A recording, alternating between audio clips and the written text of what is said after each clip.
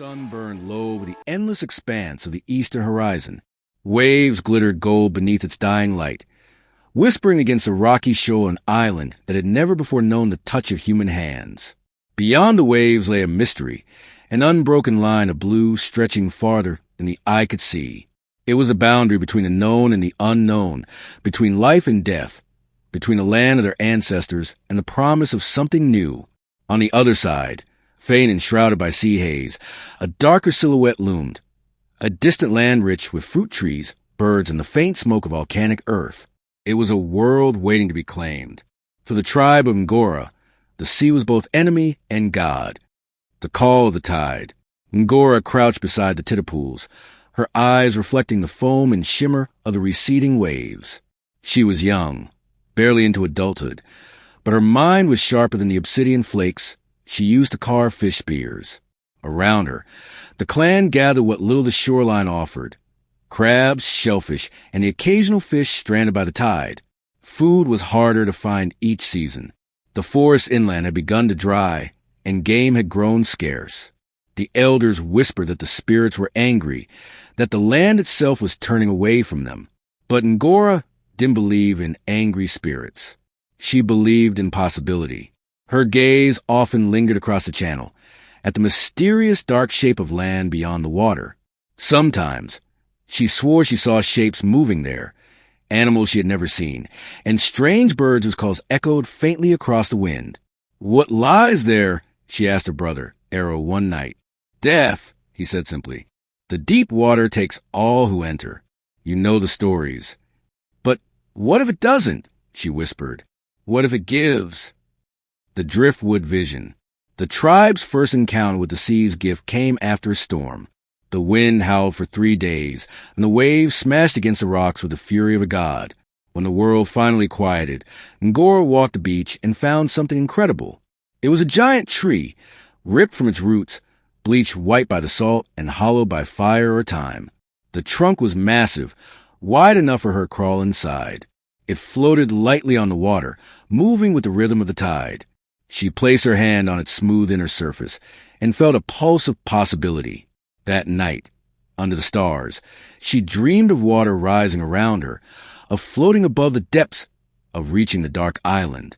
In her dream, she heard the voices of her ancestors not in fear, but in song. When she awoke, she knew what she must do. The first experiment. Ngora worked in secret. She gathered vines, strong as sinew, and bound driftwood to the hollow trunk, weaving a kind of cradle at its center. She used dried sap to seal cracks and bundled reeds for balance. Arrow watched her work from afar, torn between fear and fascination. "You are making a grave," he warned.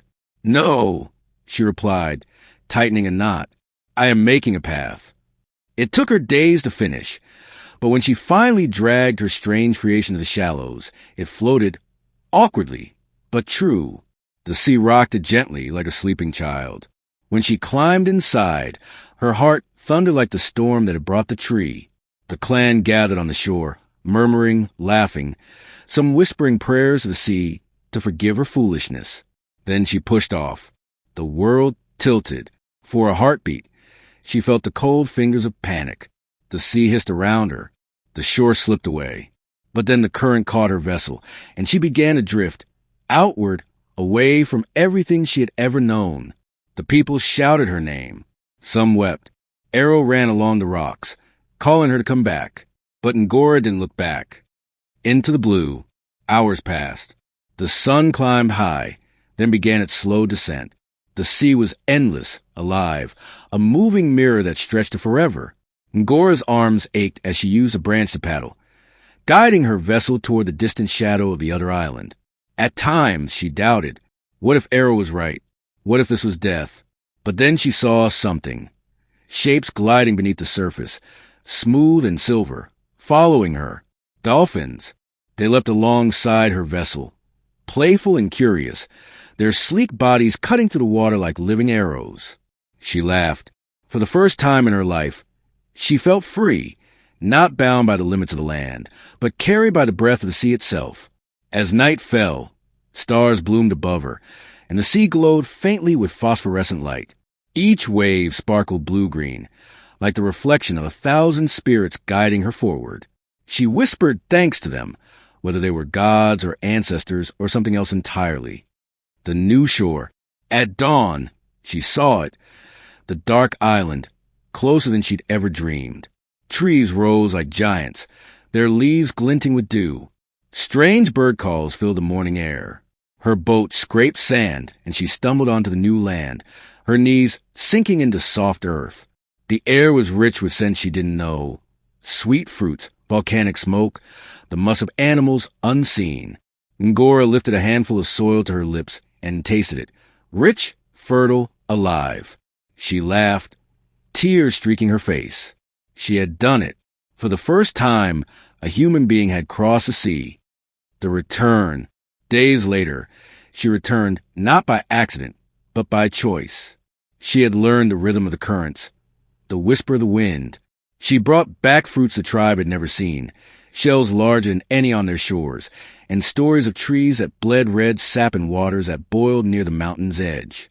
When she stepped onto the beach again, the people fell silent. Arrow was the first to approach, touching her face as if to see if she was real. "You went beyond death," he whispered. "No," Ngora said softly. "I went beyond fear." The birth of the sea people. Over time, others followed her. They built stronger rafts, made from bound logs, woven reeds, and stretched animal hides. They learned to read the stars, to feel the tug of the tides, to listen to the wind's voice. The tribe spread from island to island, carrying fire, tools, and the seeds of their future. Ngora grew old, watching the horizon each evening. The children would gather around her, asking about the first crossing. "What did the sea say to you?" they asked. She smiled. "It said the world is bigger than we think, and smaller than our courage." And when she finally passed, they burned her vessel on the shore, letting the flames drift across the waves, returning her to the water that had once carried her to destiny. Thus began the age of the sea wanderers, humans who defied the limits of land, who dreamed beyond sight, and who turned the great, hungry ocean into the first road of humankind. The sea had once been their fear. Now it was their freedom.